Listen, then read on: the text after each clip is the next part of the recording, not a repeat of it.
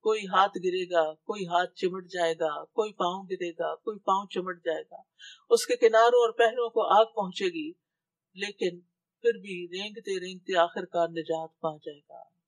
جب وہ نجات پا جائے گا، رک جائے گا، تو کہے گا اللہ کا شکر جس نے مجھے وہ دیا جو کسی کو نہیں دیا، جبکہ میں نے جہنم کو دیکھ لیا تو اس نے مجھے اس سے نجات دے دی۔ یاد رکھیے قیامت کے دن منافق کا نور بجھا دیا جائے گا اور مومن کو نور عطا کیا جائے گا۔ ینادونہم، منافق مومنوں